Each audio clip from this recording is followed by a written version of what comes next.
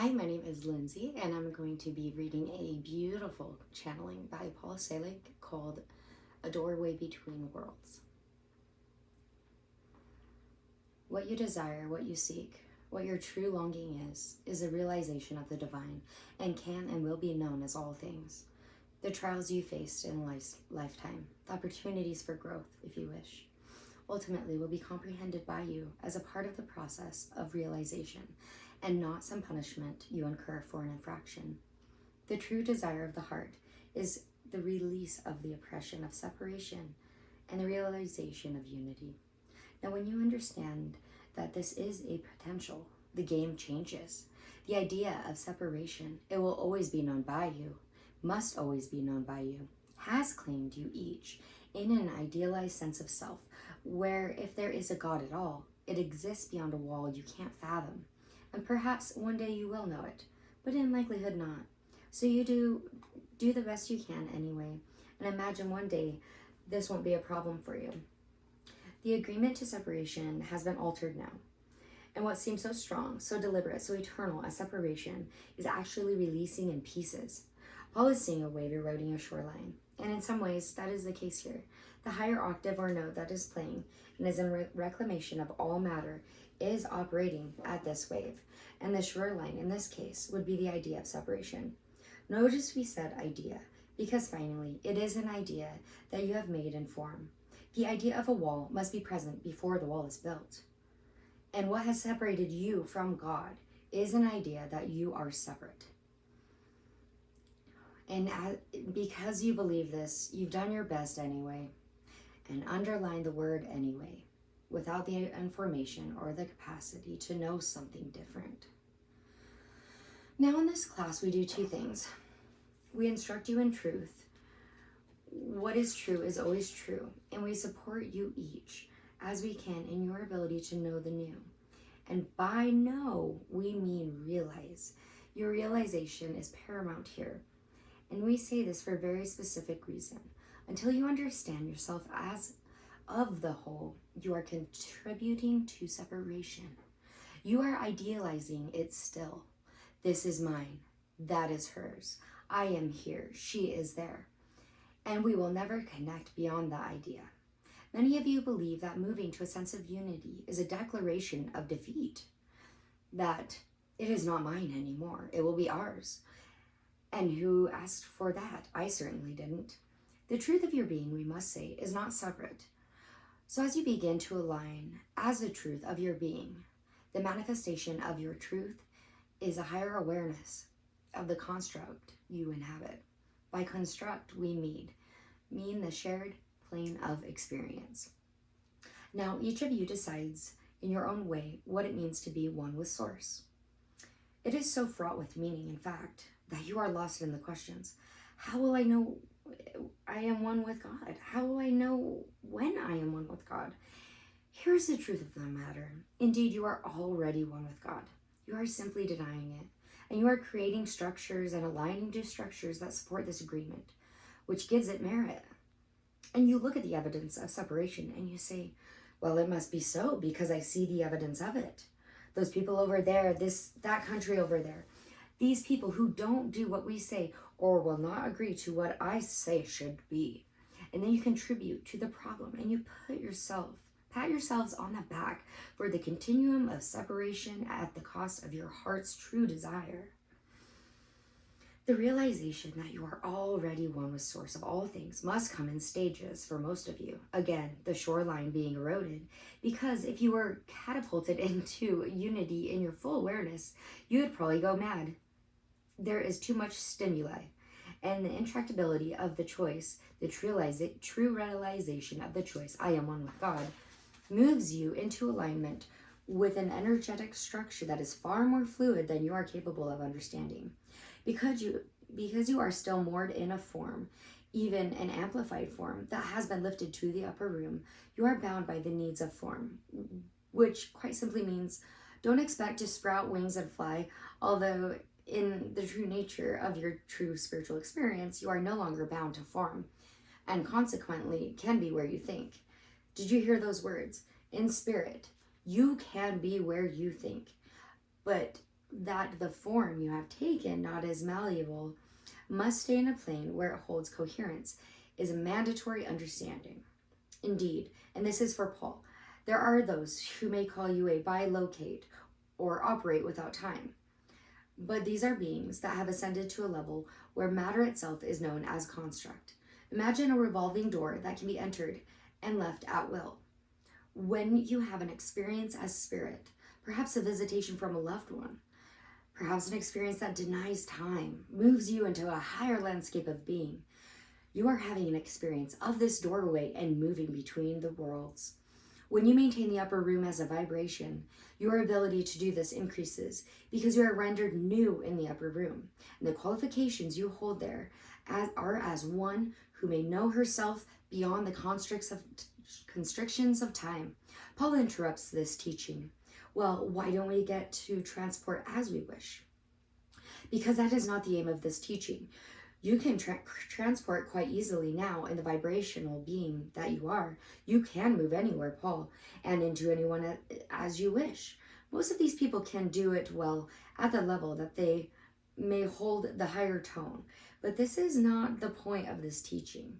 It is something that can be claimed when you are no longer in requirement for form.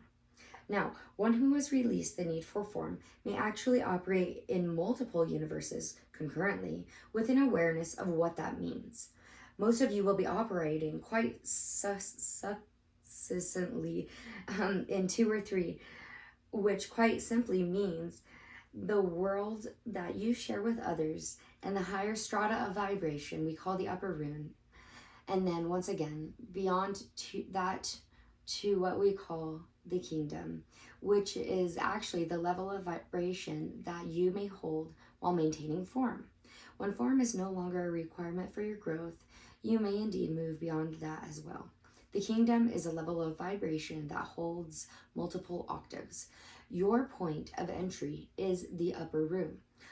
And to balance the world, you have known with a level of tone or frequency you may embody as in the upper room is the challenge most of you are facing now. Once you understand that you are now moored in what we call the upper room, and that your idea of who you are first and foremost is what is operative in the lower strata, you will begin to release the idea that you are in the lower field, when in fact most of you have altered the field enough to be operative in the upper room without even fully acknowledging it. Once you understand who and what you are in the higher field, you begin to acquire experience of being, and that experience of being becomes the mandate and foundation for where you now stand. Now imagine you always lived in one country. You are used to the street signs in a certain language, used to the laws of the land as they have been, and then once you transform and move to another country without the full awareness that you have done so, you seek the old street signs. You abide by the old laws. As we said in our last class, the music has actually stopped on the dance floor. You are dancing to the echo of it, the way of being as you were, without the understanding that the music has already been transposed, and you are in the process of aligning yourself to a higher nature of being. So you look at the old street signs, you create what's not there that you think you need, and you go about your business as if you are still in the old country when in fact you are not. Moving beyond separation while maintaining a frequency and a sense of identity is a requirement for you to manage a life. It is not so much a skillful act, but an agreement to allow the allowance to come to you as you can hold it. Imagine a child in a dark room who demands all the light be turned on at once. He will squint and cover his eyes. The light is brought to you as you can manage the light. When the light is on enough, you recognize that the room you've been in is no longer the room it was. As you get more used to the light and it is amplified, you begin to see a world made new. Now, for some of you, this means that your attachment to who you think you are, so moored in separation you have been, that you will deny the use and the agreements of these teachings the moment you deny your politics, your sense of well-being, or your religious structures. You wish your cake and you wish to eat it too. You wish to damn someone and call yourself blessed at the same time. If you wish the teachings of the hypocrites, You will find them in most places. But we will finally have to say this for the last time. You cannot be the light and hold another in darkness. And the convenience of the old gives you, I will be right at the cost of them being wrong, is what you damn yourself by, and at the cost of what your heart truly asks for, which is the realization of its own needs towards unity. Now, self-reincrimination must be understood as holding another in darkness as well.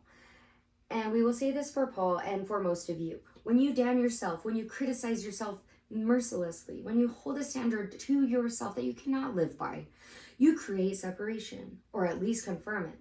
And then you manage a life in separation where the idea of God, once again over that wall, cannot be found. He interrupts this teaching. But isn't self-criticism part of awareness? In some ways, yes. If you learn the multiplication tables and you learn what amounts to and what at the end of the theorem, you will understand that the numbers themselves can be added up one way only. When you make an error, you may learn the true way. Now, for some of you, this means that you simply look at what you conceive of as an error, as an opportunity to learn, not to debase yourselves or to put yourselves in darkness in the corner that your parents once put you in by punishing you, by separating you from themselves. Most of you do this unknowingly. The idea of self-love must be understood here. It doesn't mean you don't correct an error. You are responsible to what you choose, but you act as a loving parent must, not the one who would put the child in separation. You create this, you see, and then you look for others to blame for your sense of self. Well, if my parents had been better parents, if my partner had been a better partner, if my child had been a more grateful child, I would not suffer so. You cannot be a master and a victim at the same time. We understand that things happen that are challenging, that there are people who hurt other people. We don't deny that these events happened, but we will tell you finally, if you identify through victimhood, you will always find an oppressor, which is the requirement of that identity. When you are actualized in a new way, when you begin to understand yourselves in a higher strata, you release these false ideas and you do not claim them, nor do you align to others who would support you in these claims. Again, you are not denying what happened, but you are claiming empowerment, not through making others wrong, but through realizing your own true self, the one that is without blame. The Christed self within you, indeed, is without blame. And any outside authority cannot match the inner light that has come into fruition in what we call the upper room. For some of you, this means that a legacy of pain, sorrow, or anger can be released quite simply. I don't need to carry this to the upper room because it will not stand there. I am allowed to release what I don't need, and I am allowed to reclaim who and what I truly am without the mandate of the old pain, the old suffering, the old way of knowing myself and claiming separation. When we are teaching through Paul, we must be aware of the form he has taken and the mandates of the form. We would like to continue a little longer, Paul. We understand the fatigue, but we are teaching readily today and actually quite easily through you. So if you give us permission to continue, we will. The altered vibrational field that is now occurring within all of you holds a new ideal, which is the knowing of the self beyond the idea of separation. The Christ itself, or true self, always knows itself in union, but has been so separate from the experience of most of you that the challenge has been the resurrection of the monad or the Christ in the field that you hold that has been so aligned to density. A new promise has been given to mankind, humankind if you prefer, that those who will receive and will that those who ask will receive and will be reclaimed. The asking is a requirement still. The claim of unity, the agreement to unity, will always come at a cost to the old.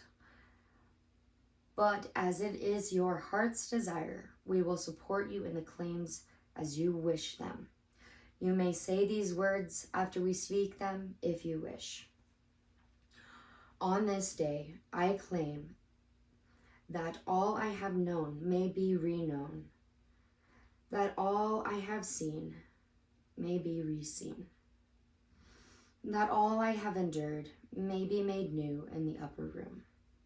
And as I give permission to this new awakening in my own being, I claim my awareness beyond the idea of separation, beyond the template of fear, and beyond the agreement to the denial of the divine that has been my false heritage.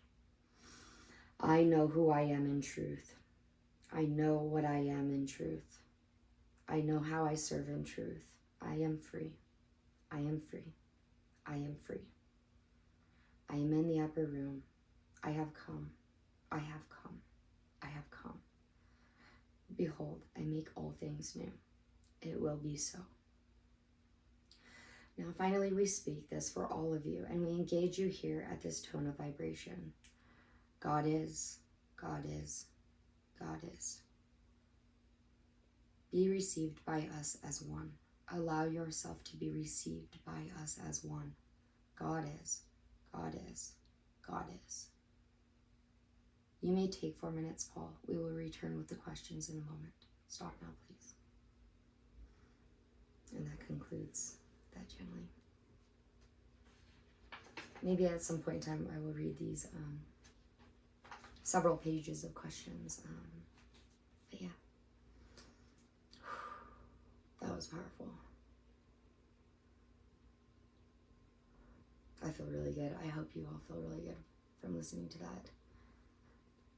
What an incredibly beautiful teaching this is. I'm going to record another one right now. This is fantastic.